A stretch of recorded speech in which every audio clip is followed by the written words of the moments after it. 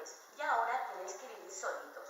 Tienes que haceros una casa cada uno, pero hacerla bien. ¡Sí, mamá! Sobre todo, no juguéis mucho y trabajar un poco. ¡Que sí, mamá! Sobre todo tú, que te conozco chiquitín. ¡Que sí, mamá! Muy bien, ir trabajando.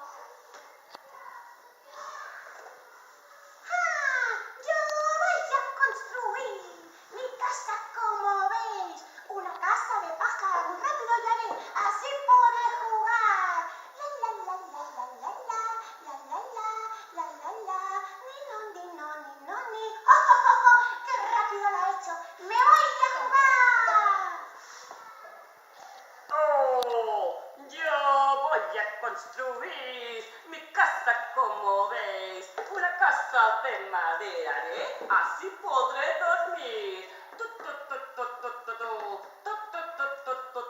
¡Oh, qué rápido lo he hecho! Me voy a ver a mi hermano pequeño, que así podremos jugar. Yo voy a construir una casa de ladrillos, así el lobo no podrá entrar.